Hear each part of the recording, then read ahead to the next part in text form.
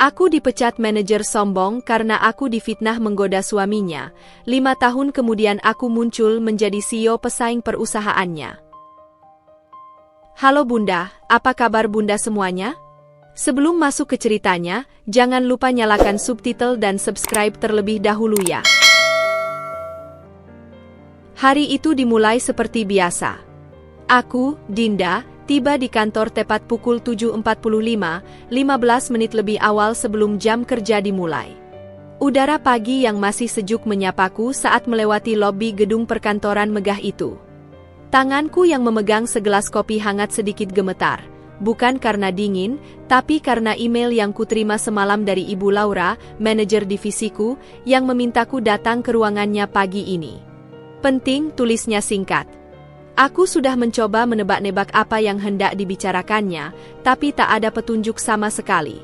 Lift membawaku ke lantai 12 dengan perlahan. Di dalam lift yang berkilau, bayanganku terpantul samar. Aku menatap sosok perempuan 25 tahun dengan blazer biru tua dan rambut hitam yang diikat rapi. Wajahku masih terlihat muda, tapi mataku sudah memancarkan kelelahan setelah 2 tahun bekerja tanpa lelah di perusahaan ini. Aku selalu menjadi yang pertama datang dan terakhir pulang, berharap suatu hari bisa mendapatkan promosi yang layak. Saat aku melangkah keluar lift, kantor masih sepi. Hanya beberapa rekan yang sudah duduk di meja masing-masing. Siska, teman sekubikelku, mengangkat alis saat melihatku. Dinda, kamu dipanggil Bu Laura? Tanyanya penasaran. Aku hanya mengangguk sambil berusaha tersenyum, padahal jantungku berdegup kencang. Ruangan Ibu Laura terletak di ujung koridor, dengan pintu kayu besar bertuliskan Laura Wijaya Division Manager.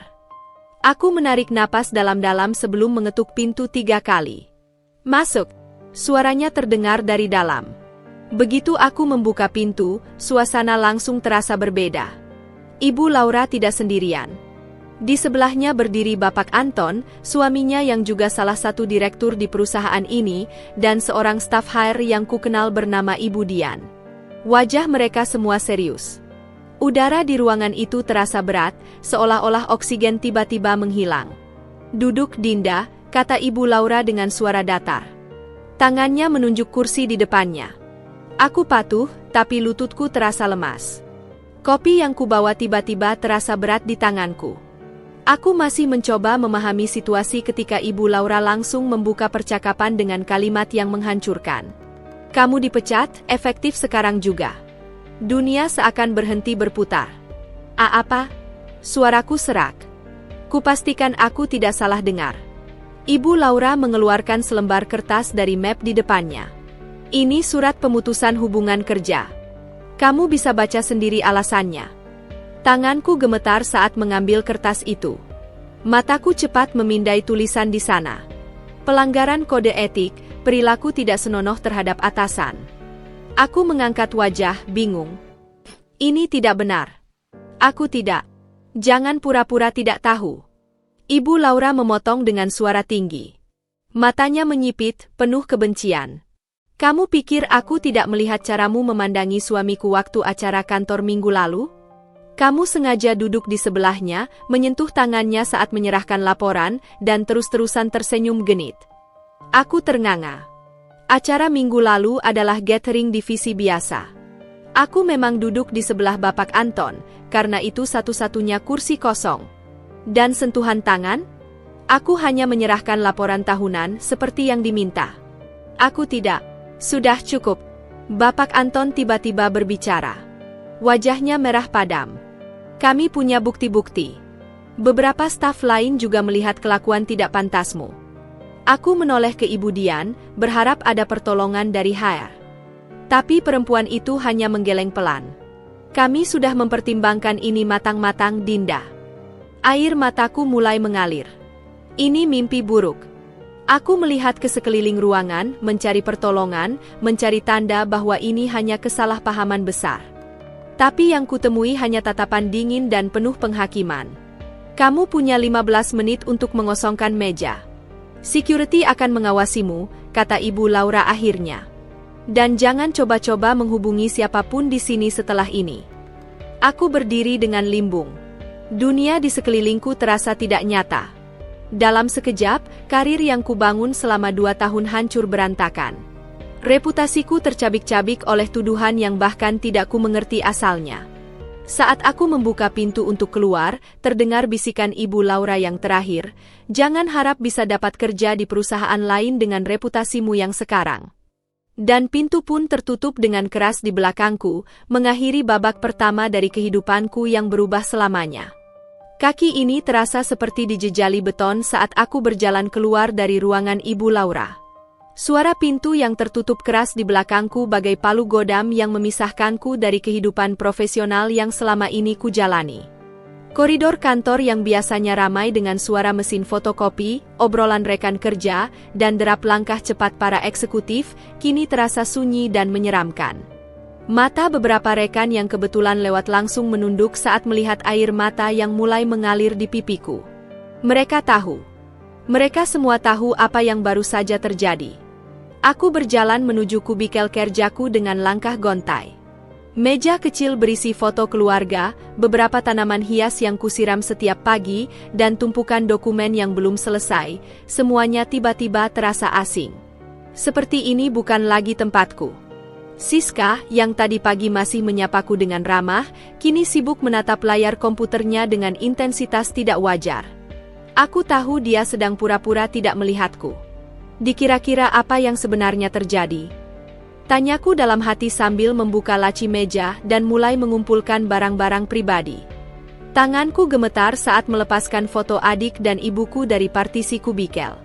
Foto itu diambil setahun lalu saat aku pertama kali diterima bekerja di sini. Wajah mereka begitu bangga. Tiba-tiba, bayangan besar menghalangi cahaya lampu di atas kepalaku. "Dinda, kamu punya waktu 10 menit lagi," suara Pak Rudi, kepala security yang biasanya selalu menyapaku dengan hangat, kini terdengar formal dan dingin. Dia berdiri tak sampai 2 meter dariku, dengan postur tubuh tegap seolah siap menghalauku jika aku membuat keributan. Aku mengangguk pelan sambil berusaha menahan isak. "Aku mengerti, Pak." Dari sudut mataku, aku melihat beberapa rekan kerja mulai berbisik-bisik. Beberapa bahkan dengan terang-terangan menunjuk ke arahku. Kata-kata seperti penggoda, tidak tahu diri, dan pantas dipecat terdengar melayang di udara. Perutku mual. Bagaimana bisa mereka yang kemarin masih memuji presentasiku, yang minggu lalu masih memintaku membantu pekerjaan mereka, kini berbalik begitu saja? Barang-barang di mejaku tidak banyak. Sebuah mug hadiah ulang tahun dari tim, notes kecil berisi catatan meeting penting, beberapa pulpen favorit. Tapi setiap benda yang kumasukkan ke dalam kardus kecil terasa seperti memori pahit yang ikut terbawa.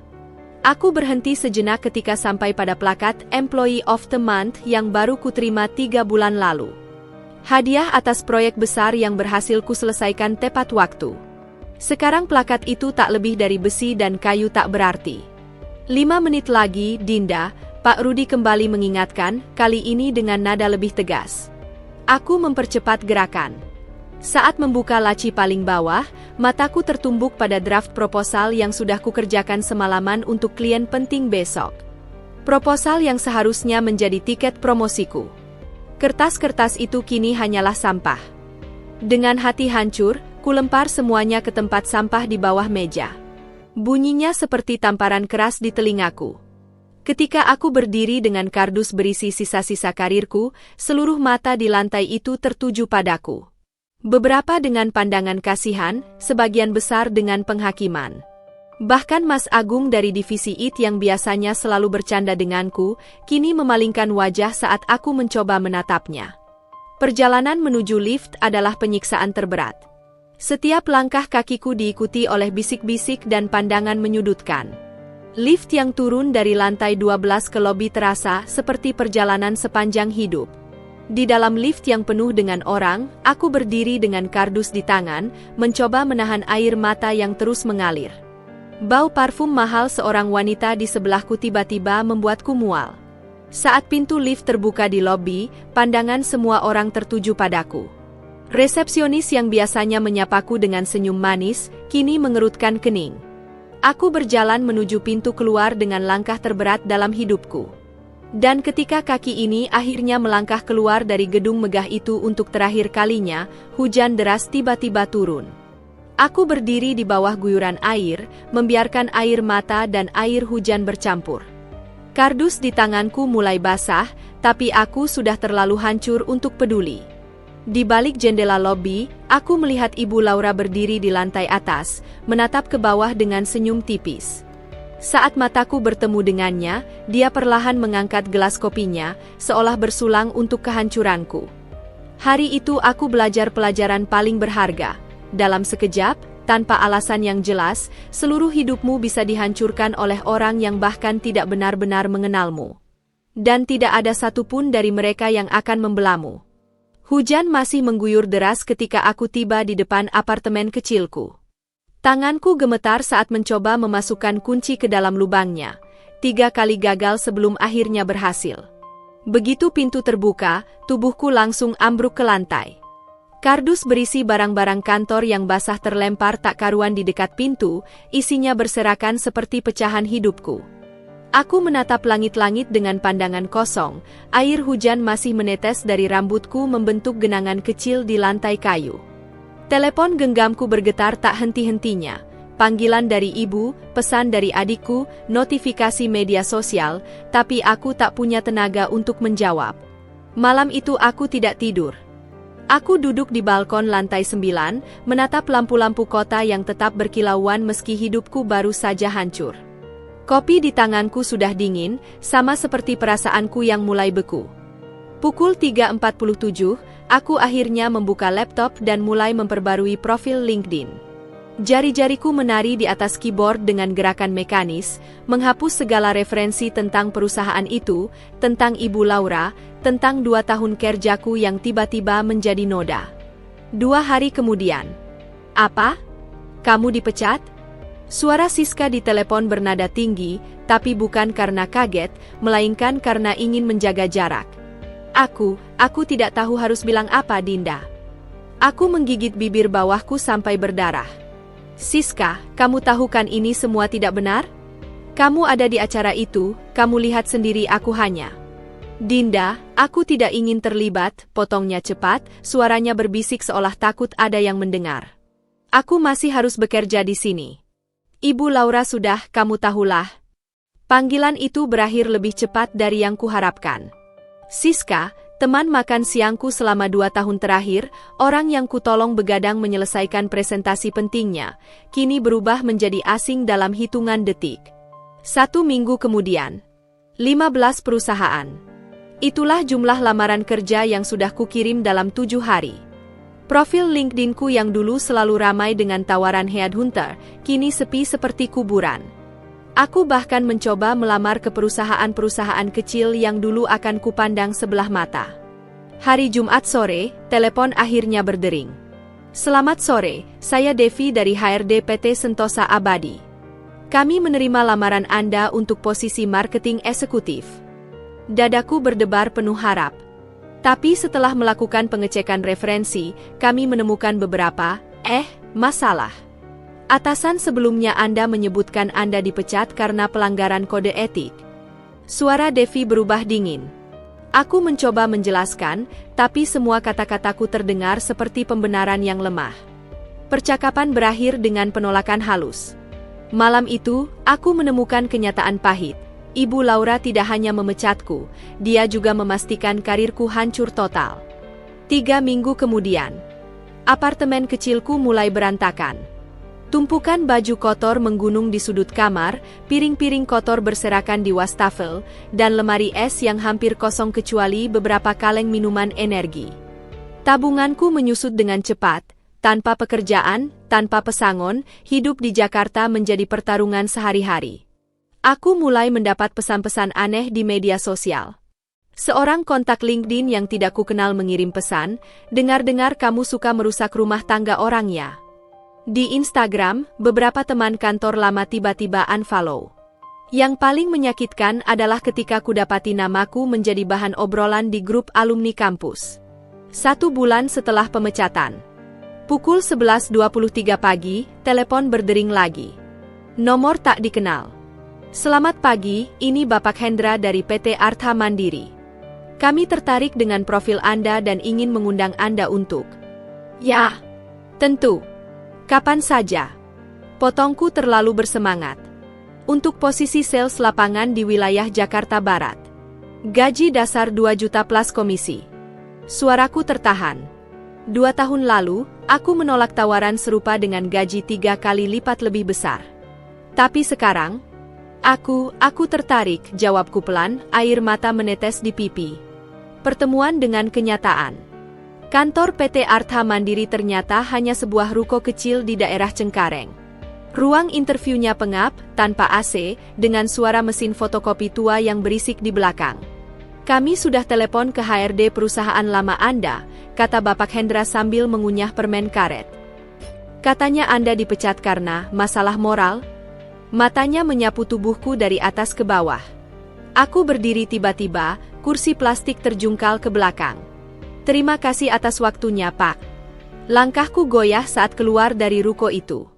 Matahari siang yang terik menyengat kulitku, tapi yang lebih menyakitkan adalah realita yang kini harus kuhadapi. Di mata dunia profesional Jakarta, aku bukan lagi Dinda yang berprestasi. Aku sekarang hanya seorang penggoda suami orang yang pantas dihinakan. Di halte bus yang kumal, sambil menunggu Transjakarta yang tak kunjung datang, aku akhirnya menyerah pada air mata yang selama ini kutahan. Tangisku pecah di antara kerumunan orang asing yang sibuk dengan hidup mereka masing-masing. Tak ada yang peduli. Tak ada yang akan menolongku. Kecuali diriku sendiri. Dan di saat itulah, untuk pertama kalinya sejak pemecatanku, sebuah tekad membara mulai tumbuh di antara puing-puing kehancuranku. Jika dunia memutuskan untuk menghancurkanku, maka aku akan membangun diriku kembali dari abu. Lebih kuat, lebih tangguh, dan suatu hari nanti, lebih sukses dari mereka semua. Udara di kampung halaman terasa lebih berat dari yang kuingat. Atau mungkin itu hanya beban di pundakku yang membuat setiap tarikan napas terasa sakit. Bus malam yang kutumpangi dari Jakarta tiba di terminal kecil kota kelahiranku tepat saat fajar baru merekah. Aku turun dengan hanya membawa satu koper besar dan tas ransel usang, seluruh hidupku yang tersisa setelah menjual sebagian besar barang di apartemen Jakarta. Terminal itu masih sama seperti ingatanku 10 tahun lalu. Bau solar, asap rokok, dan teriakan kernet bus yang saling bersahutan. Tapi kini tak ada seorang pun yang menyambutku. Dulu, setiap pulang liburan, ibu selalu menunggu di sini dengan wajah berseri. Kini, aku harus memanggil ojek online untuk membawaku ke rumah. Rumah kecil berlantai 2 itu masih berdiri tegak di ujung jalan kampung. Taman depan yang dulu dipenuhi bunga kini hanya berisi rumput liar. Aku berdiri lama di depan pagar, mengumpulkan keberanian untuk mengetuk. Begitu pintu terbuka, wajah ibu yang muncul membuat dadaku sesak. Keriput di dahinya bertambah dalam, mata yang dulu selalu berbinar kini redup. Dinda? Suaranya terdengar lebih parau dari yang kuingat. Kau pulang? Tanpa kusadari, air mata sudah mengalir deras di pipiku. Ibu. Tapi sebelum aku bisa melanjutkan, ibuku sudah menarikku dalam pelukan erat. Aku menangis di bahunya seperti anak kecil, semua beban selama sebulan terakhir akhirnya tumpah. Tapi kehangatan itu tidak bertahan lama. Jadi benar kau dipecat karena menggoda suami atasanmu? Suara ibu tiba-tiba berubah dingin saat kami duduk di meja makan. Aku tercekat. Ibu, itu tidak benar. Aku difitnah. Fitnah? Ibu menyentakkan tangannya. Lalu kenapa semua orang bilang begitu? Tante Rina telepon seminggu lalu, bilang anaknya yang kerja di Jakarta dengar kabar kau dipecat karena masalah asusila. Makanan di mulutku tiba-tiba kehilangan rasanya. Aku menatap piringku, tak sanggup memandang mata ibu yang penuh kekecewaan. Keluarga kita bukan keluarga kaya, Dinda. Tapi kita selalu pegang harga diri. Ibu memukul meja hingga gelas bergetar. Ayahmu dulu guru, meski gaji kecil tapi dihormati semua orang. Dan sekarang? Kau memalukan keluarga. Setiap kata ibuku seperti pisau yang mengoyak-ngoyak hatiku.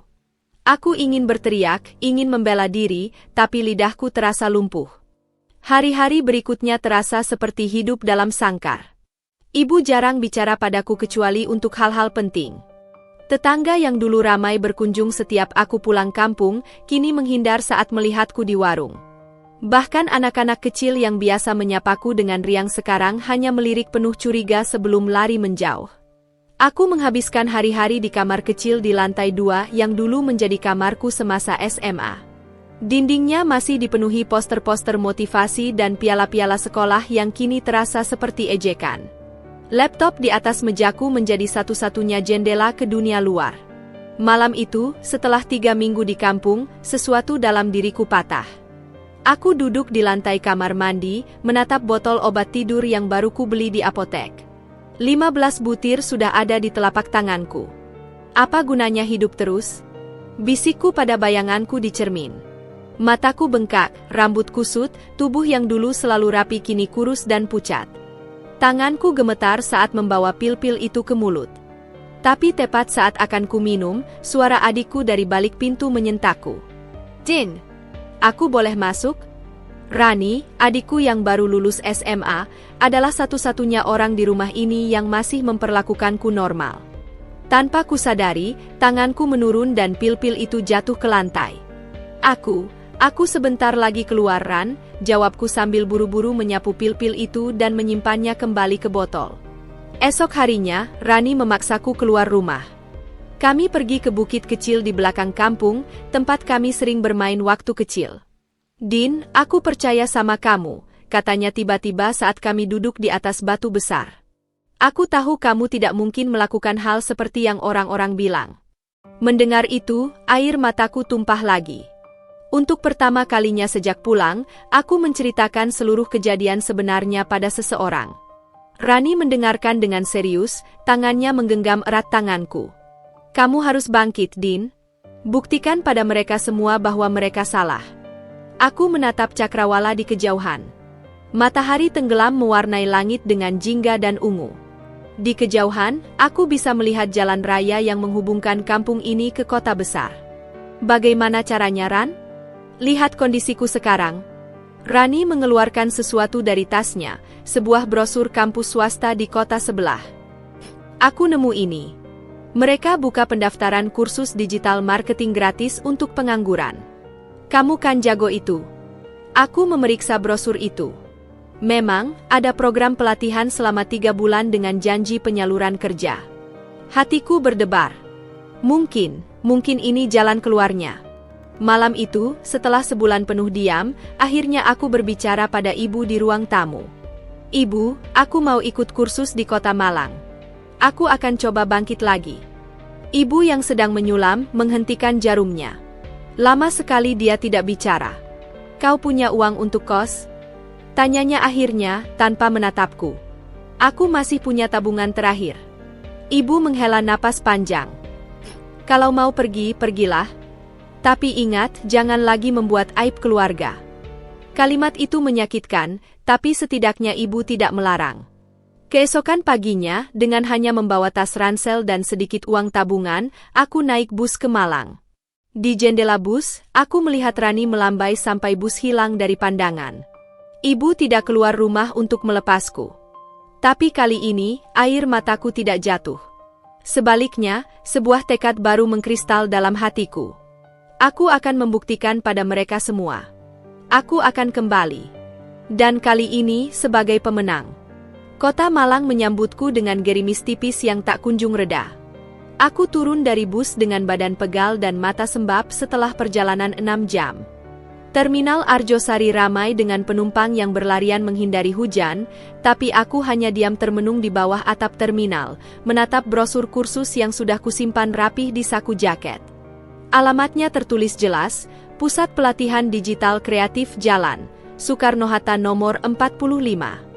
Aku menyewa kamar kos kecil di belakang sebuah warung makan Padang. Harganya murah, tapi konsekuensinya jelas. Kamarku lembab, berbau apek, dan hanya cukup untuk sebuah kasur lipat dan meja kecil. Tapi setidaknya, ini lebih baik daripada terus-menerus menjadi beban di rumah. Gedung pelatihan ternyata lebih mirip gudang yang direnovasi. Cat dindingnya mengelupas di beberapa bagian, dan kursi-kursi plastik di ruang kelas sudah banyak yang retak. Aku salah satu yang paling awal datang. Hanya ada 5 orang lain di ruangan, semuanya laki-laki, dengan wajah-wajah lelah yang mungkin juga sedang berjuang melawan nasib. Kursi depan tengah masih kosong, suara lantang tiba-tiba mengagetkanku. Aku menoleh ke sumber suara. Seorang pria berusia sekitar 50-an tahun berdiri di depan Witte Board.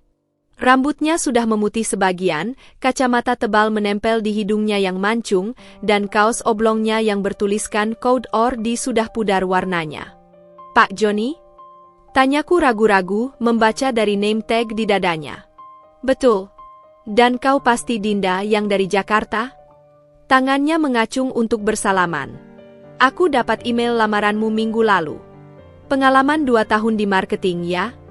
Aku mengangguk, tapi tiba-tiba lidahku terasa kaku. Bagaimana aku bisa menjelaskan bahwa pengalaman itu berakhir dengan noda? Tapi seolah bisa membaca pikiranku, Pak Johnny langsung melanjutkan, "Di sini kita tidak peduli masa lalu. Yang penting mau belajar dan kerja keras. Ngerti?" Mataku berkaca-kaca mendengar itu. Untuk pertama kalinya sejak dipecat, ada seseorang yang tidak menghakimiku. 3 minggu pertama adalah neraka. Pak Johnny bukan pengajar yang sabar. Dia meneriaki kami setiap kali ada kode HTML yang salah, melemparkan spidol jika ada yang ketiduran di kelas, dan memberi tugas-tugas yang mustahil diselesaikan dalam waktu semalam. Digital marketing bukan cuma bikin konten lucu-lucuan. Hardiknya suatu sore ketika presentasiku dinilai terlalu sederhana. Harus ada data, analisis, strategi. Tapi di balik sikap kerasnya, ada perhatian yang tulus.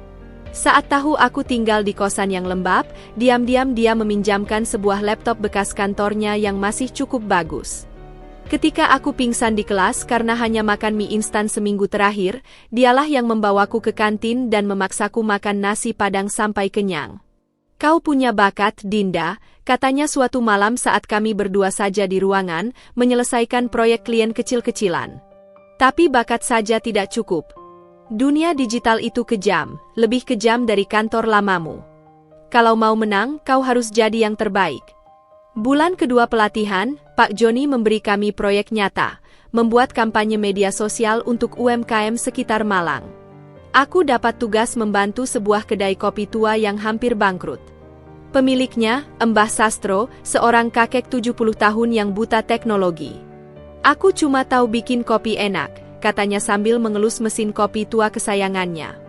Aku menghabiskan 3 hari penuh mempelajari kedainya, mengambil foto-foto detail biji kopi pilihan, merekam proses penyeduhan tradisionalnya, bahkan mewawancarai pelanggan setia yang sudah datang sejak 1980-an. Malam sebelum presentasi, aku begadang sampai subuh, menyusun strategi konten, membuat desain sederhana di Canva, bahkan menyiapkan analisis demografi pasar lokal. "Kau gila!" teriak Pak Johnny keesokan harinya saat melihat presentasiku. Tapi kemudian dia tersenyum lebar. "Tapi inilah jenis kegilaan yang kita butuhkan." 2 minggu kemudian, kedai Mbah Sastro ramai seperti belum pernah terjadi sebelumnya. Anak-anak muda berfoto di depan kedai tua itu, tagar kopi legenda Malang menjadi trending lokal. Di akhir bulan ketiga, ketika pelatihan resmi berakhir, Pak Johnny memanggilku ke ruang kerjanya yang semrawut. "Aku punya tawaran," katanya sambil menyerahkan secangkir kopi dari kedai Mbah Sastro. "Startupku butuh orang seperti kamu. Gajinya kecil, tapi kau akan belajar lebih banyak dari sekedar pelatihan ini." Aku menatapnya tak percaya. "Tapi kenapa aku?" Pak Johnny menghela napas. "Aku tahu tentang masa lalumu, Dinda. Salah satu klien lamaku adalah mantan kolega Ibu Laura. Dunia seakan berhenti berputar. Tapi seperti sudah kukatakan, di sini kita tidak peduli masa lalu." Matanya berbinar. "Aku hanya peduli pada orang yang mau berjuang. Dan kau, Dinda, adalah pejuang." Malam itu, di kosan lembabku, aku menangis lagi. Tapi kali ini, air mataku terasa berbeda, tidak lagi getir, tapi penuh harapan. Aku menerima tawarannya. Gaji pertamaku hanya sepertiga dari gaji lamaku di Jakarta.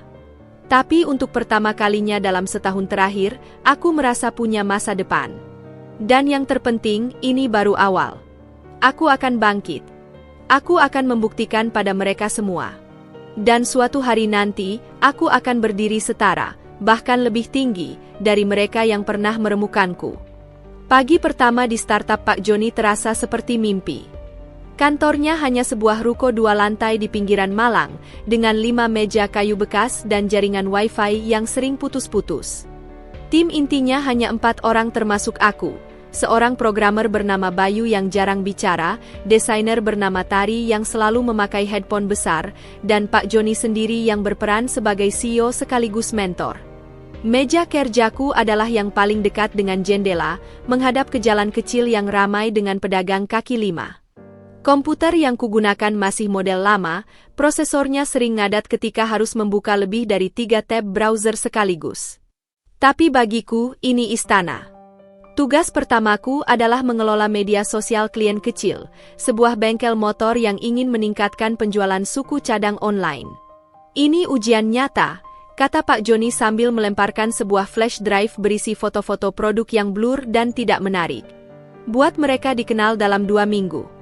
Aku menghabiskan 3 hari pertama hanya untuk mempelajari dunia otomotif, istilah-istilah teknis yang asing, harga pasaran setiap spare part, hingga komunitas penggemar motor di Malang.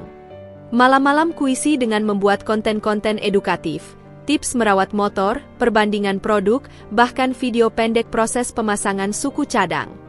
Kontenmu terlalu serius, kritik Tari di hari keempat. Anak muda sekarang mau yang lucu-lucu viral. Tapi aku bersikukuh pada pendekatanku. Klien kita butuh kredibilitas, bukan sekadar likes. Pertengkaran kecil itu berakhir dengan kompromi. Aku tetap pada konten edukatif, tapi dengan kemasan yang lebih segar sesuai masukan Tari. 2 minggu berlalu dengan ketegangan yang mencekik. Bengkel itu mulai mendapat panggilan telepon dari pelanggan baru, dan akun Instagramnya yang semula hanya 150 follower melonjak menjadi 2.300. Kau memang berbakat, ujar Pak Joni suatu sore sambil menyerahkan amplop tipis, gaji pertamaku dalam setahun terakhir. Jumlahnya kecil, tapi terasa lebih berharga dari gaji-gaji lamaku yang besar. Tapi kesuksesan kecil itu tidak membuatku berpuas diri. Setiap malam sepulang kerja, aku menghabiskan waktu mempelajari kursus online tentang analisis data, SEO, dan growth hacking. Laptop pinjaman Pak Joni kuisi dengan bokmar artikel-artikel terbaru tentang tren digital marketing. Keberhasilanku dengan klien bengkel ternyata memicu kecemburuan diam-diam. Suatu hari, tanpa sengaja ku dengar Bayu berbisik pada Tari, dia cuma pamer karena mantan karyawan korporat. Nanti juga balik ke Jakarta begitu dapat tawaran lebih baik. Kata-kata itu menyakitkan, tapi justru memacuku untuk bekerja lebih keras.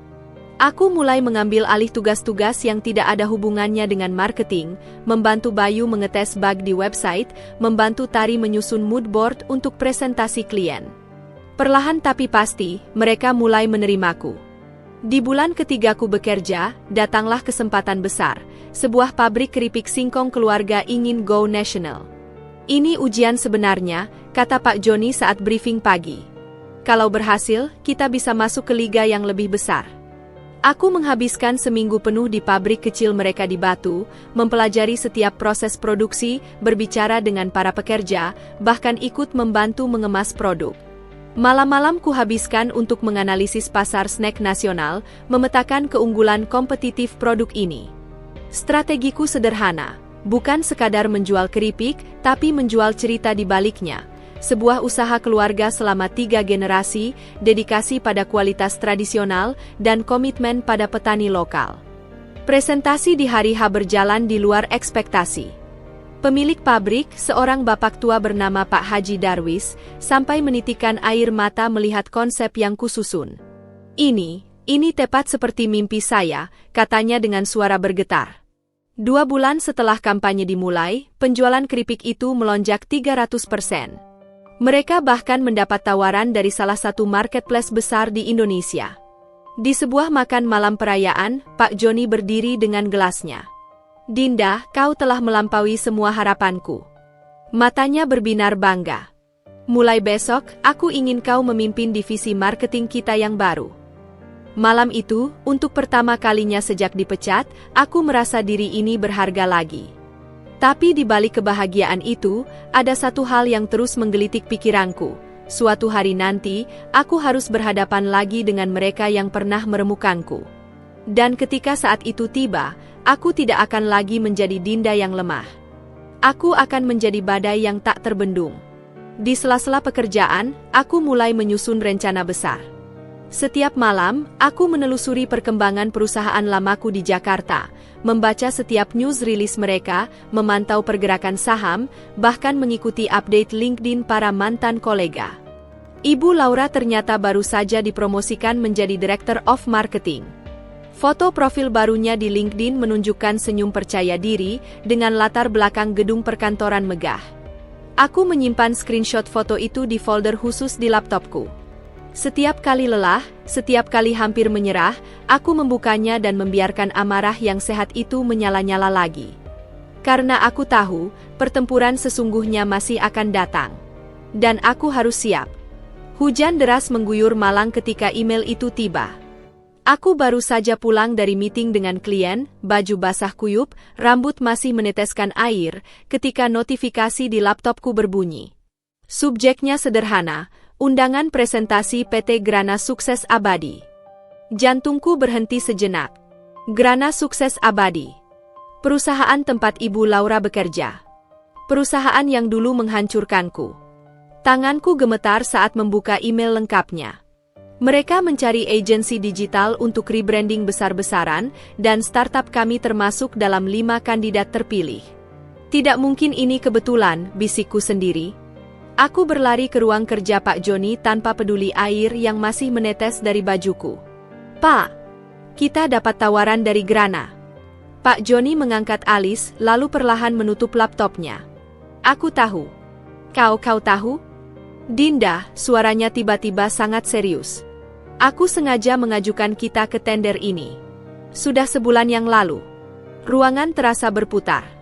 Aku memegang tepi meja untuk menahan keseimbangan. Kenapa tidak memberitahuku? Kakinya menggeser kursi, lalu dia berdiri menghadap jendela. Karena aku perlu memastikan kau siap. Secara profesional dan emosional. Hujan di luar semakin deras, suaranya menghantam atap seng seperti drum band militer. Aku menarik napas dalam-dalam. Aku siap. Malam itu, di kosanku yang sempit, aku membuka folder tersembunyi di laptop, kumpulan screenshot, dokumen, dan catatan tentang Grana Sukses Abadi yang kukumpulkan diam-diam selama setahun terakhir. Analisisku menunjukkan perusahaan itu sedang bermasalah. Pangsa pasar menurun, inovasi mandek, dan yang paling menarik, divisi marketing di bawah Ibu Laura adalah biang keladinya. Aku menyusun strategi presentasi dengan cermat. Bukan sekadar konsep rebranding biasa, tapi sebuah rencana pembongkaran total sistem marketing mereka yang sudah kadaluarsa. 3 hari tanpa tidur. Kafein menjadi darahku. Layar laptop menjadi matahariku. Kita harus fokus pada transformasi digital mereka, kataku pada tim di ruang rapat kecil kami. Bayu mengernyit. Tapi brief mereka minta desain baru dan... Brief mereka salah, potongku tegas. Mereka butuh lebih dari sekadar wajah baru. Mereka butuh perubahan DNA bisnis. Tari dan Bayu saling pandang, bingung dengan semangat berapi-apiku. Hanya Pak Joni yang diam, tersenyum kecil di sudut ruangan. Jakarta terasa berbeda kali ini. Udara panasnya lebih menyengat, kemacetannya lebih brutal. Gedung Grana masih sama megahnya. Lantai marmer mengkilap, resepsionis cantik dengan senyum sempurna, aroma kopi espresso yang mahal. Tapi kali ini, aku bukan lagi Dinda si pecundang yang diusir keluar. Aku Dinda dari Malang Digital Agency, salah satu presenter hari ini. Ruangan presentasi besar dengan meja boardroom sepanjang 10 meter. Di ujung sana, duduklah para eksekutif Grana. Dan di tengah-tengah mereka, Ibu Laura. Wajahnya langsung pucat ketika aku masuk. Bibirnya bergetar membentuk namaku tanpa suara, Dinda. Terima kasih atas waktunya, buka suaraku, stabil dan penuh percaya diri. Sebelum bicara solusi, izinkan saya menunjukkan akar masalah Grana saat ini. Layar di belakangku menampilkan grafik penurunan pangsa pasar mereka selama 3 tahun terakhir. Beberapa eksekutif mulai gelisah. Analisis kami menunjukkan masalah utama bukan di produk, tapi di marketing strategi yang sudah ketinggalan zaman. Ibu Laura tiba-tiba menyela. Kami sudah menggunakan semua tools terbaru. Tools bukan strategi, Bu Laura, potongku halus tapi tegas. Anda punya data, tapi tidak bisa membaca cerita di balik data itu. Suasana ruangan berubah. Para eksekutif yang awalnya bersandar santai kini duduk tegak, memperhatikan.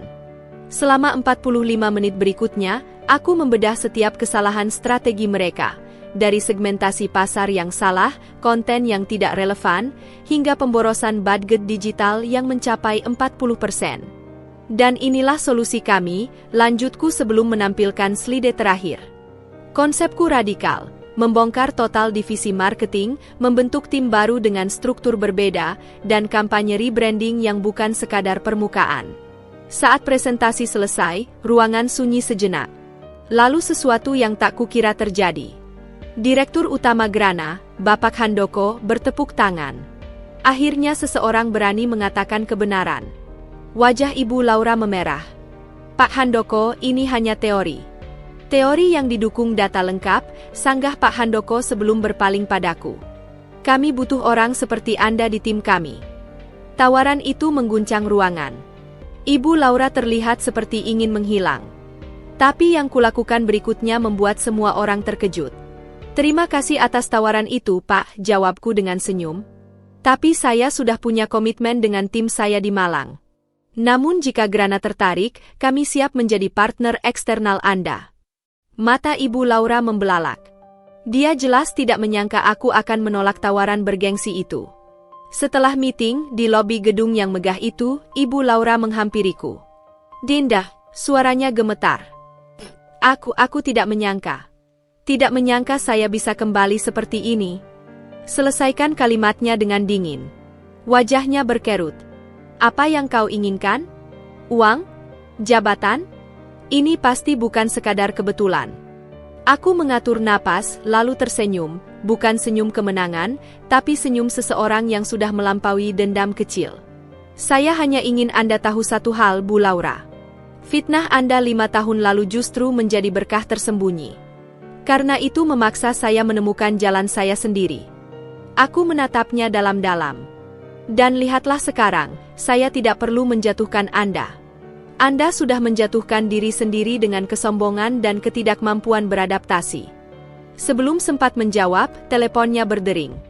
Dari ekspresinya, jelas kabar buruk. Aku berpaling, meninggalkannya di lobi megah itu. Di luar, Jakarta menyambutku dengan terik matahari yang membakar. Tapi hari ini, panasnya terasa seperti pelukan. Karena aku baru saja memenangkan pertempuran tanpa perlu menodai integritasku. Dan ini baru awal. Pesawat yang membawaku kembali ke Malang mengalami turbulensi hebat. Badai menghantam tubuh pesawat dengan keras, membuat beberapa penumpang menjerit ketakutan. Tapi aku hanya duduk tenang, jari-jariku mengetuk-ngetuk lengan kursi dengan ritme tertentu. Pikiranku masih penuh dengan kejadian tadi, wajah pucat Ibu Laura, decak kagum para direktur, dan tawaran yang sengaja kutolak. Turbulensi itu metafora sempurna untuk apa yang akan terjadi di Grana Sukses Abadi. 3 hari setelah presentasi, telepon Pak Joni berdering di tengah malam. Aku yang sedang begadang menyelesaikan laporan klien mendengar teriakan dari ruang kerjanya. Apa? Serius? Ternyata Grana memutuskan menerima proposal kami. Bukan sebagai mitra biasa, tapi sebagai konsultan utama untuk transformasi digital mereka. Kontrak senilai miliaran rupiah. Ada syaratnya, kata Pak Joni keesokan harinya saat rapat darurat tim. Mereka ingin Dinda sebagai project leader yang bertanggung jawab langsung ke direksi. Bayu dan Tari melongo. Ini gila. Kita startup kecil dari Malang. Tapi aku sudah memperhitungkan ini. Mereka panik, Pak Handoko butuh bukti cepat ke pemegang saham bahwa dia bertindak. Minggu pertama di Grana sebagai konsultan terasa seperti memasuki medan perang. Setiap langkahku diawasi, setiap proposal dikritik habis-habisan, terutama oleh Ibu Laura yang kini terancam posisinya. Ruangan rapat menjadi ajang pertempuran kami yang pertama. Proposalmu ini akan menghancurkan brand identity kami. Hardik Ibu Laura di depan semua manajer. Aku tidak langsung menjawab. Sebaliknya, aku membuka dashboard analytics di layar besar. Mari kita lihat angka sebenarnya, Bu Laura. Satu persatu kutunjukkan data, engagement rate yang merosot, konversi iklan yang stagnan, bahkan kebocoran data pelanggan karena sistem lama yang mereka pertahankan. Wajah Ibu Laura berubah merah padam ketika seorang manajer senior bertanya, benarkah kita menggunakan sistem seaman ini selama 5 tahun terakhir? Di hari ke-10, aku menemukan sesuatu yang mengejutkan. Saat memeriksa laporan keuangan divisi marketing, ada pola aneh, pengeluaran besar untuk konsultan eksternal yang tidak pernah menghasilkan proyek nyata. Kau menemukan apa? Pak Joni berbisik ketika aku menunjukkan temuan itu. Korupsi sistematis, jawabku pelan. Nama perusahaan konsultan itu selalu berubah, tapi nomor rekening tujuan sama. Kami memutuskan tidak langsung melaporkan. Ini senjata pamungkas. Sementara itu, perubahan yang kubawa mulai menunjukkan hasil. Kampanye pertama dengan strategi baru meningkatkan traffic website Grana sebesar 70% dalam 2 minggu. Di sebuah rapat evaluasi, Pak Handoko memujiku di depan semua orang. Inilah yang kami butuhkan, fresh perspektive. Ibu Laura bangkit tiba-tiba. Saya tidak akan membiarkan orang luar merusak budaya perusahaan kami. Teriaknya histeris sebelum keluar ruangan. Malam itu, saat aku bekerja lembur, dia menemuiku di ruang kerja sementara. Kau pikir kau menang? Matanya merah, bau alkohol menyengat dari napasnya. Aku bisa hancurkan karirmu sekali lagi. Aku menatapnya tenang. Sudah kubalas dendamku, Bu Laura. Bukan dengan fitnah seperti Anda, tapi dengan kerja keras dan kompetensi. Kulempar sebuah printout ke meja, dokumen transfer mencurigakan yang kudapatkan. Saya tidak akan menggunakan ini. Tapi ingat, karma selalu datang dengan caranya sendiri. 2 minggu kemudian, tanpa campur tanganku, skandal itu terbongkar. Auditor internal menemukan penyimpangan dana di divisi marketing. Ibu Laura dipanggil ke ruang direksi selama 3 jam. Ketika keluar, wajahnya seperti mayat hidup. Esok harinya, pengumuman resmi beredar. Ibu Laura diberhentikan dengan tidak hormat karena pelanggaran kode etik. Aku tidak merasa senang. Justru ada rasa kosong. 5 tahun lalu, aku berada di posisinya, diusir dari gedung megah dengan aib. Di hari terakhir kontrak kami, Pak Handoko menawarkanku posisi tetap sebagai VP Marketing. Terima kasih, tapi saya harus menolak, jawabku.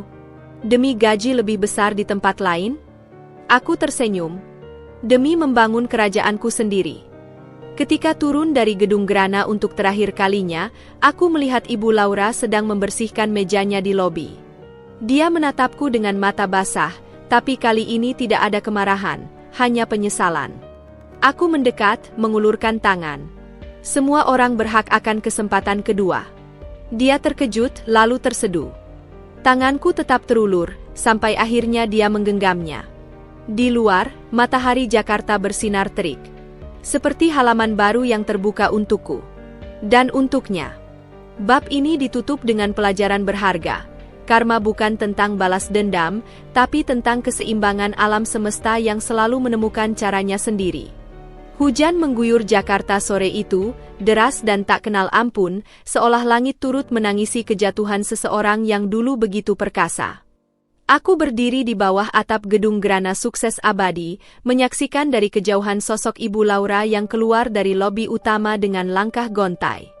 Payung hitam yang dibawanya tertiup angin, membuatnya terlihat semakin renta di balik setelan bisnisnya yang masih rapi, meski kini tanpa tanda pengenal perusahaan.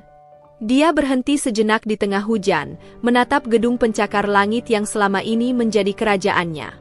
Aku bisa melihat bahunya yang naik turun. Apakah dari tangisan atau napas berat yang tertahan, aku tak bisa memastikan. Telepon di tanganku bergetar. Dari layar terpampang nama Pak Handoko. Dinda, kamu masih di area? Suaranya berat. Masih, Pak. Di lobi bawah? Baik. Besok rapat jam 9 pagi. Kamu akan bertemu tim investigasi internal. Mereka butuh keteranganmu tentang dokumen-dokumen yang kamu temukan. Aku menatap sosok Ibu Laura yang masih terpaku di tempat. Pak, apa hukuman untuk Ibu Laura?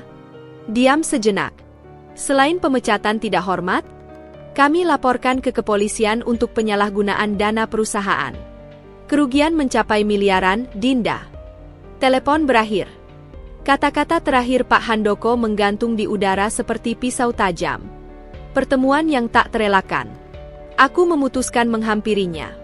Kaki ini melangkah keluar atap, hujan langsung membasahi blazer biru tua yang kupakai.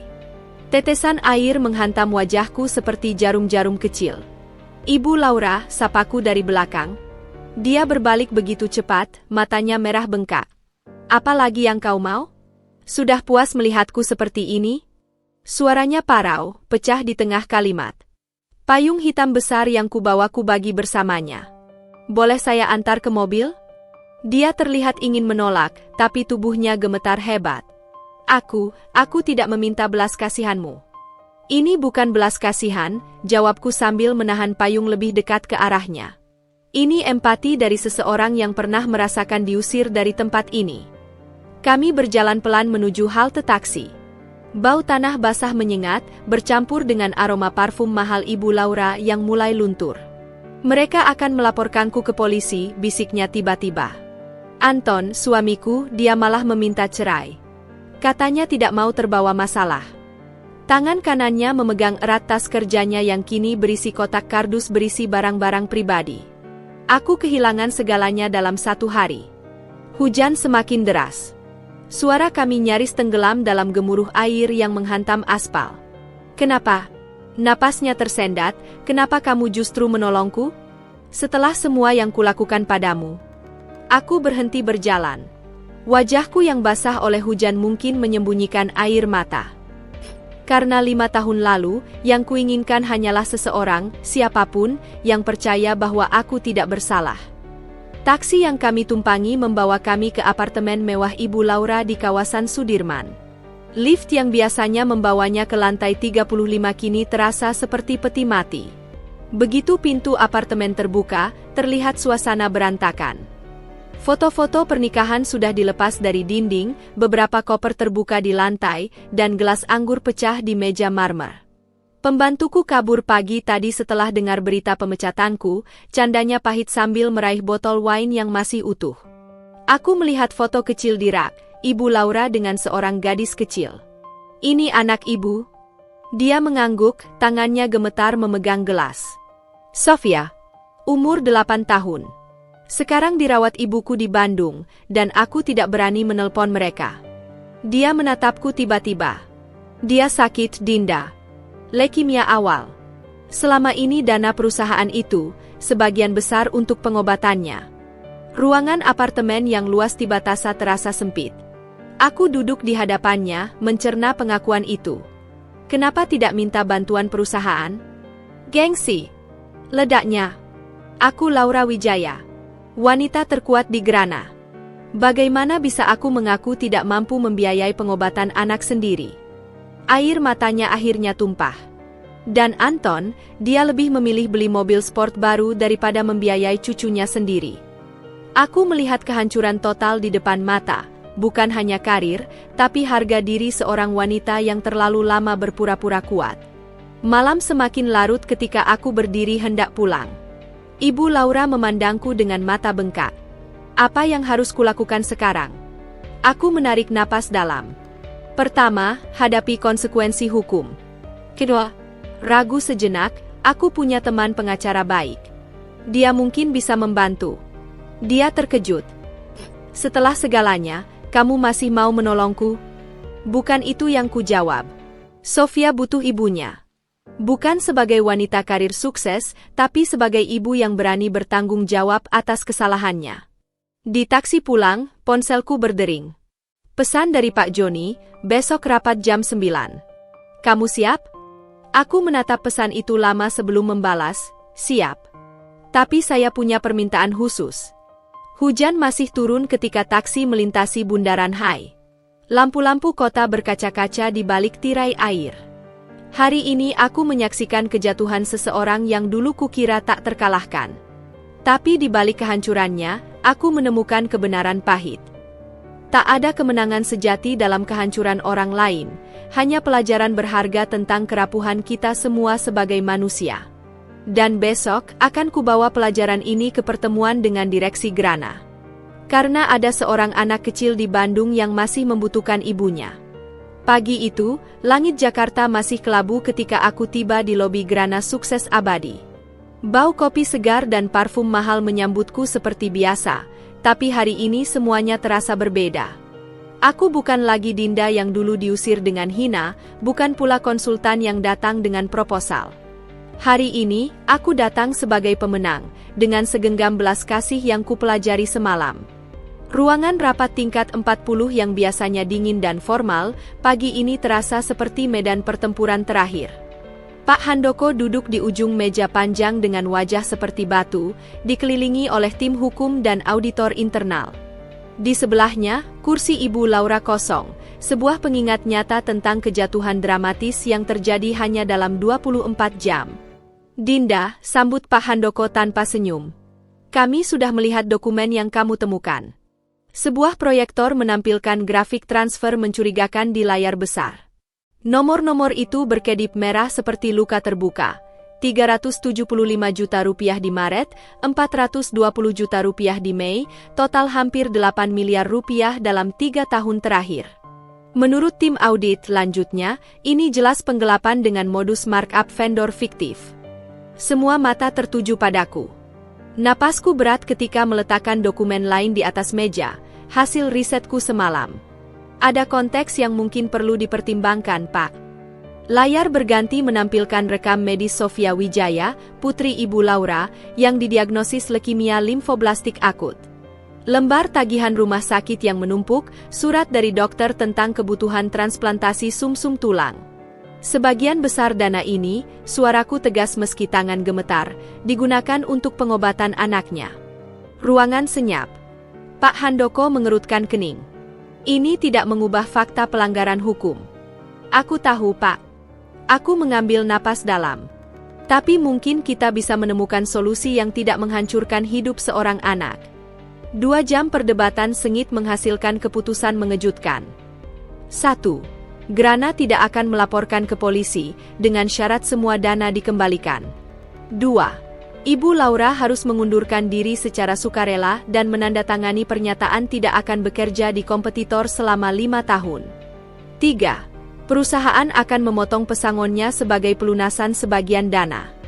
Tapi poin keempat yang kusodorkan yang membuat semua mata terbelalak. 4. Grana akan membiayai transplantasi Sofia melalui program CSR kesehatan perusahaan. Kamu serius? Pak Handoko memandangku tak percaya. Setelah semua yang dia lakukan padamu, aku menatapnya lurus. Ini bukan tentang dia, Pak. Tentang seorang anak kecil yang tidak bersalah.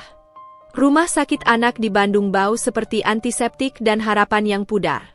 Kamar 407 di lantai 4 penuh dengan mainan dan gambar-gambar cerah, kontras dengan wajah pucat Sofia yang terbaring di tempat tidur. Ibu Laura terlihat 10 tahun lebih tua tanpa riasan, memegangi tangan putrinya yang terpasang infus. Begitu melihatku, matanya membesar. Pak Handoko setuju dengan proposalku, bisikku tanpa basa-basi. Sofia akan dapat transplantasi. Tapi ada syaratnya, kau harus mengembalikan uang itu.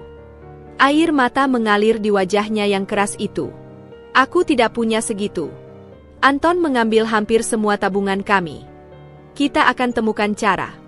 Kutarik kursi mendekatinya. Tapi pertama, kau harus jujur pada ibumu tentang semuanya. Malam itu, di kamar hotel sederhana dekat rumah sakit, laptopku terbuka dengan spreadsheet keuangan. Perhitungan kasar menunjukkan bahkan dengan menjual semua aset, Ibu Laura masih kekurangan 2,3 miliar rupiah. Telepon berdering, Pak Joni dari Malang. Kamu yakin tentang ini? Tanyanya. Kita bisa saja mengambil alih seluruh divisi marketing Grana jika kasus ini dibawa ke pengadilan. Lebih penting dari itu, Pak, jawabku sambil menatap foto Sofia di layar. Aku sedang membangun sesuatu yang lebih besar dari sekedar kemenangan bisnis. Keesokan harinya, terjadi sesuatu yang tak terduga. Di ruang tunggu rumah sakit, Ibu Laura memberiku sebuah amplop coklat. Baca. Isinya, surat pengunduran diri resmi dari Grana, pernyataan pengakuan kesalahan, dan surat wasiat yang mengalihkan semua hak atas apartemennya untuk jaminan pelunasan. Sudah kuatur semuanya, katanya dengan suara parau. Jika sesuatu terjadi padaku, setidaknya Sofia aman. Aku menarik tangannya. Tidak akan sampai segitiga. Aku punya ide. Mobil sewaan membawa kami ke sebuah kafe di Dago. Di sana sudah menunggu seorang perempuan dengan kacamata tebal. Lisa, mantan jurnalis investigasi yang sekarang menjadi content creator kesehatan. Ceritakan padaku semuanya, pintanya sambil menyalakan recorder. Tanpa sensor. Dan untuk pertama kalinya, Ibu Laura bercerita dengan jujur. Tentang tekanan sebagai wanita karir di dunia maskulin, tentang pernikahan yang hancur, tentang keputusasaan seorang ibu yang melihat anaknya sekarat. 3 hari kemudian, video Behind the Corporate Mask tayang di platform Lisa. Dalam 72 jam, video itu viral, bukan sebagai skandal, tapi sebagai kisah manusiawi yang menyentuh. Yang terjadi selanjutnya di luar perhitungan siapapun. 1. Sebuah yayasan kanker anak menawarkan bantuan penuh untuk transplantasi Sofia. 2. Mantan staf Ibu Laura menggalang dana online yang terkumpul 1,8 miliar rupiah dalam seminggu. 3. Bahkan Grana, melalui Pak Handoko, menyumbang 500 juta rupiah sebagai pesangon tambahan. 6 bulan telah berlalu sejak kejadian di Bandung. Malang Digital Agency, yang dulu hanya startup 5 orang, kini berkembang pesat menjadi perusahaan dengan 3 lantai kantor sendiri di pusat kota. Klien-klien besar berdatangan, bahkan beberapa dari luar negeri. Tapi pagi ini, ada sesuatu yang berbeda. Aku sedang memeriksa laporan kuartal di ruang kerjaku yang baru ketika sekretarisku, Maya, mengetuk pintu. Bu Dinda, ada tamu tanpa janji. Mengaku kenal lama dengan ibu. Namanya? Maya tampak ragu. Dia bilang, Laura Wijaya. Pena di tanganku terjatuh. Jantung berdegup kencang. Sudah setengah tahun tidak ada kabar sejak kepergiannya ke Singapura. Suruh masuk. Pintu terbuka, dan sosok yang muncul sama sekali berbeda dari wanita galak yang kukenal. Ibu Laura kini mengenakan kemeja linen sederhana dan celana jeans, rambutnya diikat longgar tanpa styling profesional seperti dulu.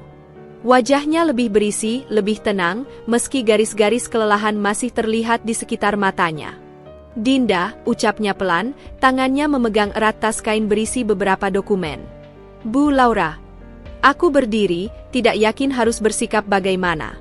Sofia, bagaimana kabarnya? Senyum kecil muncul di wajahnya. Transplantasi berhasil. Dokter bilang remission rate-nya 85%. Tanpa kusadari, air mata mengalir di pipiku. Syukurlah. Duduk di sofa ruang tamu, Ibu Laura mengeluarkan setumpuk dokumen dari tasnya. Aku mengenali logo beberapa perusahaan besar di halaman depan. Aku bukan datang untuk meminta maaf lagi, mulainya dengan suara tegas tapi hangat. Atau memohon pekerjaan. Dia menyusun dokumen-dokumen itu dengan rapi. Selama di Singapura, selain menemani Sofia, aku mengambil sertifikasi digital marketing. Juga menyusun ini, analisis menyeluruh tentang kesalahan strategi Grana selama 5 tahun terakhir. Mataku membelalak melihat dokumen setebal 200 halaman itu, penuh dengan grafik, tabel, dan insight mendalam. Untuk apa semua ini? Tanyaku bingung. Dia menarik napas dalam. Aku ingin bekerja bersamamu. Bukan di Grana, bukan di perusahaan besar. Tapi di sini, tempat yang kau bangun dari nol. Sunyi menyelimuti ruangan beberapa saat. Di luar jendela, langit malang pagi itu biru bersih, kontras dengan badai emosi di dalam dadaku. Kenapa? Akhirnya ku teriakan. Kenapa setelah semua yang terjadi, kau mau bekerja untukku? Dia tidak langsung menjawab. Matanya menatap foto tim kami di dinding, gambar kami semua tersenyum di depan kantor baru. Karena hanya di sini aku bisa belajar menjadi profesional yang sesungguhnya, jawabnya pelan. Bukan tentang gengsi, bukan tentang politik kantor. Tapi tentang kerja nyata yang memberi dampak. Tangannya gemetar ketika membuka dompetnya, mengeluarkan foto Sofia tersenyum di tempat tidur rumah sakit. Selama ini, aku mengira kesuksesan diukur dari jabatan dan gaji. Tapi kau mengajariku bahwa yang terpenting adalah integritas. Selesaikan kalimatnya. Aku berjalan ke jendela, memandang kota Malang yang sibuk di bawah. Ini bukan keputusan mudah. Mempekerjakan Ibu Laura berarti membawa dinamika baru dan mungkin masalah ke dalam tim yang sudah harmonis. Bagaimana dengan yang lain? Tanyaku. Tari, Bayu, mereka tahu siapa kau dulu. Dia mengangguk paham. Aku siap mulai dari posisi paling bawah. Siap diuji oleh siapapun. Aku benar-benar berubah, Dinda. Ada kerendahan hati dalam suaranya yang tak pernah ada sebelumnya. Aku mengambil telepon dan memencet tombol intercom. Maya, tolong panggil seluruh tim ke ruang rapat. Sekarang, Ibu Laura terkejut. Apa yang akan kau lakukan? Memperkenalkan anggota baru, jawabku sambil membuka pintu. Tapi ingat, di sini tidak ada mantan direktur. Hanya Laura, rekan kerja yang harus membuktikan diri seperti kami semua dulu. Ruang rapat lantai 3 penuh dengan ketegangan ketika aku memperkenalkannya. Tari nyaris menjatuhkan kopinya. Bayu berdiri kaku seperti melihat hantu. Kalian semua tahu siapa dia, mulaku. Tapi hari ini, dia datang bukan sebagai mantan direktur Grana, melainkan sebagai calon junior marketing dengan gaji UMR. Protes segera bermunculan. Tapi Bu Dinda, dia dulu. Aku mengangkat tangan. 1 bulan percobaan. Jika performanya buruk atau menimbulkan masalah, dia akan pergi. Adil? Sunyi. Lalu satu persatu anggukan muncul. Siang itu, setelah semua perkenalan formal, aku mengantar Ibu Laura, kini hanya Laura, ke meja kerjanya yang kecil di sudut ruang marketing. Terima kasih, bisiknya sambil merapikan beberapa alat tulis. Aku menatapnya lama sebelum menjawab, jangan buat aku menyesal. Di meja kerjaku, ada dokumen lain yang Laura bawa, sebuah proposal rinci untuk klien baru dari Jepang. Aku membacanya sambil tersenyum. Analisisnya tajam, strateginya inovatif. Ini karya seorang profesional sejati. Mungkin, pikirku, ini awal dari sebuah kolaborasi yang tak pernah terbayangkan. Atau mungkin awal dari sebuah persahabatan yang lahir dari reruntuhan masa lalu. Ketika malam tiba dan kantor mulai sepi, aku melihat Laura masih asyik bekerja di depan komputernya, berkonsentrasi penuh pada sebuah presentasi. Wajahnya bersinar dengan semangat yang berbeda, bukan ambisi buta seperti dulu, tapi hasrat murni untuk belajar dan berkontribusi. Di laci mejaku, ada surat lamaran lain yang kuterima hari ini, tawaran gaji fantastis dari sebuah unicorn di Singapura. Tapi saat kupandangi lagi Laura yang sedang bersusah payah menyesuaikan diri dengan dunia barunya, aku tahu di mana aku harus berada. Di sini, bersama timku. Bersama orang-orang yang mengajariku bahwa hidup bukan hanya tentang keberhasilan, tapi tentang memberi kesempatan kedua, pada orang lain dan pada diri sendiri. Aku menutup laci itu dengan perlahan. Besok adalah hari baru, dengan cerita baru yang akan kami tulis bersama. Dan untuk pertama kalinya dalam hidupku, aku tak sabar menanti apa yang akan terjadi selanjutnya, dengan semua ketidakpastian dan keindahannya. Matahari belum sepenuhnya terbit ketika aku tiba di kantor pagi itu. Kabut tipis masih menyelimuti jalanan Malang, menciptakan suasana sunyi yang kontras dengan badai pikiran di kepalaku.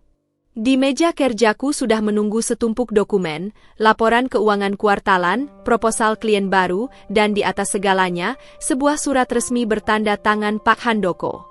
Aku membuka amplop coklat tebal itu dengan jari gemetar. Isinya bukan sekadar surat, tapi sebuah kontrak kerja dengan angka yang membuatku harus membaca ulang 3 kali.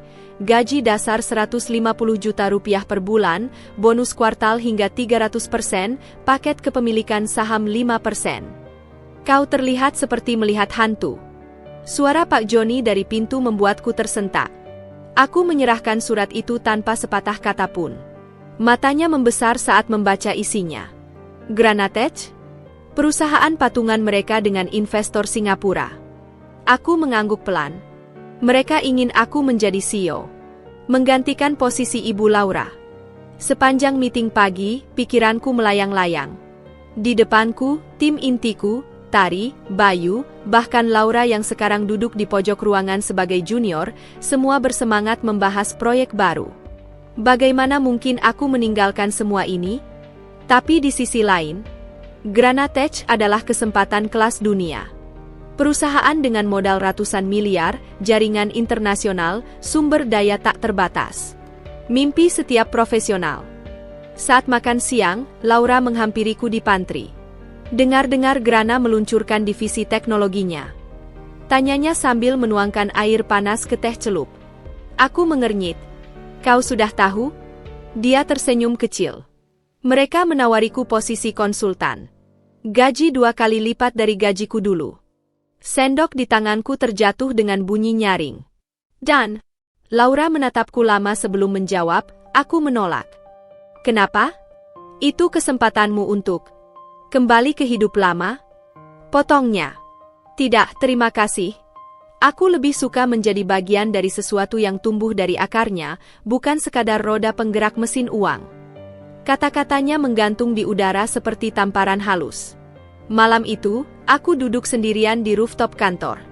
Kota Malang berkelap-kelip di bawah, indah tapi tiba-tiba terasa kecil. Telepon di tanganku menampilkan email lain dari Pak Handoko. Kami tunggu jawabanmu dalam 48 jam. Ragu-ragu? Pak Joni tiba-tiba muncul dengan 2 botol bir dingin. Aku tidak tahu harus memilih yang mana, aku mengakui sambil menerima botolnya. Di satu sisi, tim kita baru mulai berkembang. Di sisi lain, kau takut melewatkan kesempatan seumur hidup, simpulkan Pak Joni. Bir itu terasa pahit di lidah. Apa yang harus kulakukan? Dia tidak langsung menjawab, menatap langit berbintang. Dulu, waktu mempekerjakanmu, aku punya tawaran dari Google Singapore. Aku terkejut. Serius? Kenapa kau menolak? Karena, dia meneguk birnya pelan, aku lebih memilih membangun kerajaan kecilku sendiri daripada menjadi bagian kecil dari kerajaan orang lain. Keesokan harinya, berita tentang tawaran Granatech bocor ke seluruh kantor. Tari mendatangiku dengan mata berkaca-kaca. Benarkah ibu akan pergi? Di belakangnya, Bayu berdiri kaku dengan tangan di saku. Bahkan Laura yang biasanya sibuk dengan pekerjaannya kini mengawasi dari kejauhan. Aku ingin berbohong, tapi tidak bisa. Aku masih mempertimbangkan. Ruang kerja yang biasanya riuh tiba-tiba senyap. Malam berikutnya aku tidak bisa tidur. Laptopku terbuka dengan 2 dokumen bersebelahan. 1. Proyeksi bisnis Malang Digital 5 tahun ke depan, pertumbuhan stabil tapi lambat. 2. Rencana strategis Granatech, ekspansi ke 5 negara dalam 3 tahun. Telepon berdering. Adikku, Rani. Kakak, ibu jatuh sakit. Dokter bilang tekanan darah tinggi. Suaranya bergetar. Dia terus bilang, takut kakak tidak pulang lagi kalau sudah sukses besar. Percakapan itu seperti tamparan keras. Selama ini aku sibuk memikirkan karir, tapi melupakan orang-orang yang selalu ada di saat susah. Pagi hari di kantor, aku mengumpulkan semua staf. Ruangan penuh sesak, bahkan karyawan magang pun hadir. Aku punya pengumuman, suaraku menggema di ruangan sunyi. Setiap mata tertuju padaku, penuh harap dan kekhawatiran. Kemarin aku... Tiba-tiba pintu terbuka. Seorang kurir masuk dengan paket besar. Untuk Ibu Dinda. Dari Sofia Wijaya? Aku membuka paket itu dengan bingung. Isinya sebuah gambar tangan anak-anak. Gambar orang-orangan dengan tulisan kantor Ibu Dinda, dan panah menunjuk ke sosok kecil berambut panjang. Di bawahnya tertulis, aku mau kerja di sini kalau sudah besar. Sofia. Laura mendekat, wajahnya pucat. Aku tidak menyuruhnya. Tiba-tiba semuanya menjadi jelas. Aku berdiri tegak, menatap timku satu persatu. Kemarin, lanjutku dengan suara mantap, aku menerima tawaran menjadi CEO Granatech. Desahan kecewa terdengar di seluruh ruangan. Tapi pagi ini, aku sudah mengirim balasan. Aku mengangkat surat di tanganku, surat penolakan resmi, dengan salinan untuk seluruh staf. Karena di sini, bersama kalian, aku bukan sekadar CEO. Aku bagian dari keluarga. Ruang itu meledak dalam sorak dan tepuk tangan. Tari memelukku erat, Bayu yang biasanya pendiam malah bersorak paling keras. Laura mendekat dengan mata basah. Terima kasih, bisiknya. Bukan untukmu, jawabku jujur. Untuk diriku sendiri. Aku memilih jalan yang membuatku bangun setiap pagi dengan semangat, bukan jalan yang paling menguntungkan. Minggu berikutnya, keajaiban terjadi. Dengan penolakanku, Granatech justru menawarkan kemitraan eksklusif. Mereka ingin mengakuisisi 30% saham kami dengan nilai fantastis, cukup untuk ekspansi besar-besaran tanpa kehilangan kendali. Di hari penandatanganan kontrak, Pak Handoko berbisik padaku, kau membuat pilihan bodoh tapi mulia. Dunia butuh lebih banyak orang sepertimu. Aku tersenyum. Tidak, Pak. Aku hanya memilih kebahagiaan. Langit di atas malang pagi itu berwarna jingga kemerahan, seolah memantulkan api ambisi yang berkobar dalam dadaku. Mobil hitam mewah dengan plat diplomatik Singapura sudah menunggu di depan lobi kantor sejak pukul 6 pagi.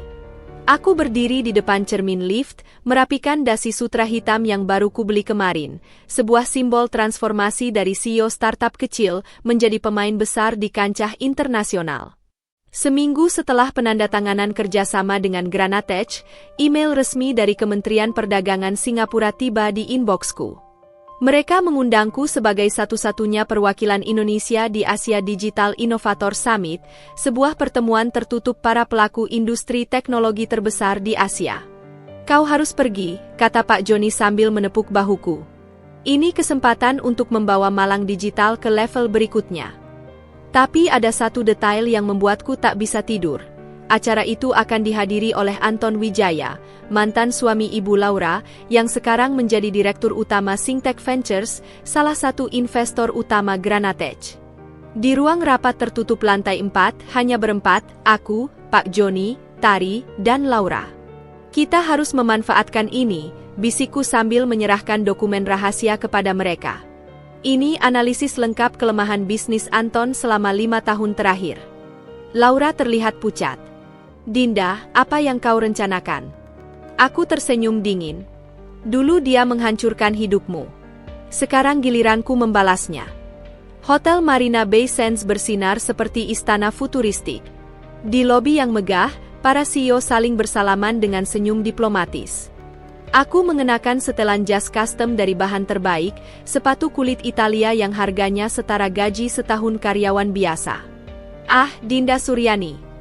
Anton menyambutku dengan gemulai, tangannya yang berjam Rolex menggapai untuk berjabat. Perempuan muda yang membuat mantan istriku bangkit dari keterpurukan. Napasku sesaat mencium aroma parfum mahal dan kemunafikan. Bapak Anton. Senang akhirnya kita bertemu. Matanya yang licik menyapu tubuhku dari atas ke bawah. Kau lebih cantik dari yang digambarkan Laura. Acara makan malam berlangsung di ballroom mewah. Anton dengan sombong memamerkan proyek terbarunya, platform investasi digital yang katanya revolusioner. Kami sudah mengantongi izin dari OJK Singapura, pengakuannya di depan semua tamu. Aku tersenyum kecil sambil mengirim pesan cepat ke Tari di Malang, cek dokumen A17. Sekarang, tak sampai 5 menit, teleponku bergetar. Balasannya singkat, izin palsu. Bukti ditemukan. Saat sesi tanya jawab, aku mengangkat tangan. Bapak Anton, sebagai mitra potensial, kami sangat tertarik dengan proyek ini. Tapi ada satu hal yang mengganjal. Ruangan langsung hening. Aku melanjutkan, setelah verifikasi independen kami, izin OJK yang Bapak sebutkan ternyata belum keluar. Bahkan ada surat penolakan tertanggal 2 minggu lalu. Wajah Anton berubah merah padam. Itu kesalahpahaman. Dari saku dalam jas, aku mengeluarkan dokumen asli. Ini salinannya. Apakah Bapak sengaja menyesatkan investor? Keributan seketika terjadi.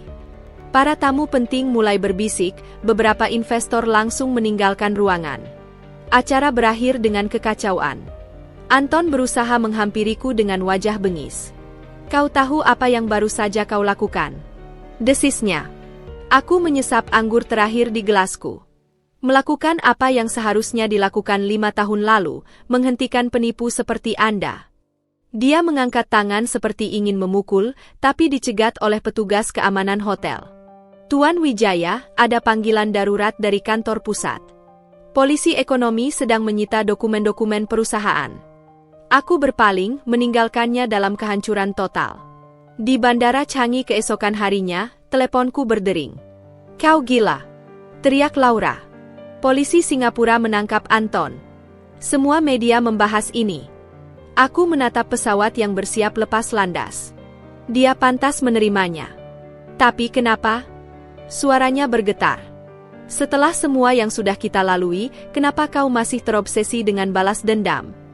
Pertanyaan itu menggantung di udara seperti pisau tajam. Penerbangan kembali ke Indonesia memberiku waktu untuk merenung. Laura benar, apa yang kulakukan bukan lagi tentang keadilan, tapi tentang dendam yang menggerogoti. Di tas kecilku, ada surat lain yang belum kubuka, tawaran menjadi komisaris utama Granatech dengan gaji miliaran. Tapi tiba-tiba semua terasa hampa. Ketika pesawat mendarat di Bandara Juanda, seseorang tak terduga menungguku. Rani, adikku, dengan mata berkaca-kaca. Aku memeluknya erat. Ada apa? Kenapa kau di sini? Dia menyodorkan ponselnya. Di layar terbuka artikel berita, Malang Digital Agency dituduh industrial espionage oleh konglomerat Singapura. Dunia seakan runtuh. Pak Joni menelepon. Kantor kita digerebek polisi sore tadi. Semua server disita. Aku terduduk di bangku bandara, menyadari satu hal. Balas dendam terbaik bukan dengan menghancurkan musuh, tapi dengan membiarkan karma bekerja sambil kita terus melangkah maju. Dan sekarang, karena kesombonganku, seluruh tim yang kucintai harus menanggung konsekuensinya. Bandara Juanda sore itu terasa seperti ruang sidang yang menegangkan. Aku duduk kaku di bangku tunggu, jari-jariku menggenggam erat laporan berita di ponsel yang mengabarkan penyitaan kantor kami oleh polisi. Kata-kata dalam artikel itu seperti pisau yang mengiris-iris jantungku. Malang Digital Agency diduga terlibat industrial espionage setelah CEO-nya, Dinda Suryani, terbukti membocorkan dokumen rahasia perusahaan kompetitor di Singapura. Rani memegang bahuku dengan erat, mencoba menenangkan gemetar yang tak bisa kukendalikan. Kakak, kita harus segera ke kantor polisi. Pak Joni dan yang lain sudah ditahan untuk pemeriksaan. Mobil sewaan melaju kencang menuju Malang, melewati pemandangan sawah dan gunung yang dulu selalu memberiku ketenangan. Kini semuanya terasa asing dan menyakitkan. Pikiranku dipenuhi bayangan wajah Tari yang pasti ketakutan, Bayu yang bingung, dan Pak Joni, orang yang telah mempercayaiku, yang kini menanggung konsekuensi dari kesombonganku. Kau harus menelepon Laura, bisik Rani. Dia mungkin bisa membantu. Aku menggeleng pelan. Bagaimana mungkin aku meminta bantuan pada orang yang hidupnya sudah kuhancurkan sekali, dan kini hampir kuhancurkan lagi dengan balas dendam butaku terhadap Anton? Kantor Malang Digital yang biasanya ramai dengan tawa dan obrolan tim, kini sunyi seperti kuburan. Pintu kaca depannya dipasangi segel polisi, beberapa staf junior masih berkumpul di luar dengan wajah-wajah pucat. Melihat kedatanganku, mereka mengerumuniku dengan pertanyaan yang tak bisa kujawab. Bu Dinda, apa yang sebenarnya terjadi? Kapan Pak Joni bisa keluar? Apa perusahaan kita bangkrut? Dadaku sesak. Saya akan menyelesaikan ini. Kantor polisi Malang bau seperti keringat dan ketakutan. Di ruang interogasi, Pak Joni terlihat 10 tahun lebih tua, matanya merah lelah. Dinda, suaranya parah. Apa yang kau lakukan di Singapura? Air mataku akhirnya tumpah. Saya hanya ingin membalas dendam pada Anton. Saya tidak menyangka akan seperti ini. Dia menghela napas panjang. Aku selalu mengajarimu bahwa bisnis digital itu seperti pedang bermata dua. Kau bisa membangun, tapi juga bisa menghancurkan, termasuk dirimu sendiri. Malam itu, di kamar hotel murah tempat Rani dan aku menginap, aku menulis 2 surat penting. 1. Surat pengunduran diri sebagai CEO Malang Digital, dengan permintaan maaf pada seluruh staf dan klien. 2. Pengakuan resmi kepada polisi bahwa semua tindakan dilakukan atas inisiatif pribadi, tanpa sepengetahuan tim. Rani membacanya dengan mata berkaca-kaca. Kau yakin ini jalan terbaik? Tidak, jawabku jujur. Tapi ini jalan yang benar. Pagi buta, aku berdiri di depan rumah sederhana Laura di kawasan Malang yang sepi. Ketika pintu terbuka, wajahnya yang masih bengkak dari tangisan menunjukkan bahwa dia sudah tahu segalanya. Aku datang untuk... Masuklah, potongnya, membukakan pintu lebar-lebar. Di meja makan sederhana, dengan foto Sofia tersenyum dari figura di dinding, aku menceritakan segalanya. Dari niat balas dendam, kesombongan, hingga penyesalan yang kini menghancurkan hidupku dan orang-orang tak bersalah. Laura mendengarkan tanpa interupsi, sampai akhirnya aku benar-benar hancur, menangis seperti anak kecil di hadapannya. Dia tidak langsung memaafkanku. Tidak juga menyalahkanku. Yang dilakukannya justru lebih menyentuh. Dia mengangkat telepon dan menelepon seseorang. Pak Handoko? Saya Laura. Tentang kasus Malang Digital, saya punya proposal. 2 jam kemudian, keajaiban terjadi. Pak Handoko setuju menarik laporan polisi dengan syarat. 1. Aku mundur dari posisi CEO. 2. Malang Digital menjadi anak perusahaan Granatech sepenuhnya. 3. Tim inti tetap dipertahankan. Dan untukmu, Laura menatapku dalam-dalam, Pak Handoko menawarkan posisi baru, Kepala Divisi CSR, fokus pada pendidikan digital untuk anak-anak kurang mampu. Aku terisak. Kenapa, setelah semua yang kulakukan? Laura memegang tanganku erat. Karena 5 tahun lalu, seseorang memberi aku kesempatan kedua. Sekarang giliranku membayarnya.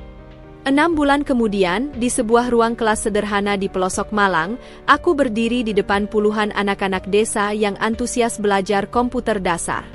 Sofia, yang sekarang sehat dan ceria, dengan bangga memperkenalkan aku sebagai Kak Dinda, guru komputer terbaik.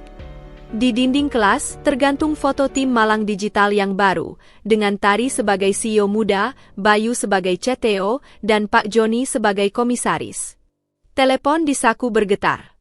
Pesan dari Rani, ibu mau kau pulang minggu ini. Katanya sudah maafkan kau. Matahari pagi menyinari wajahku melalui jendela kelas. Untuk pertama kalinya dalam setahun terakhir, aku merasa damai.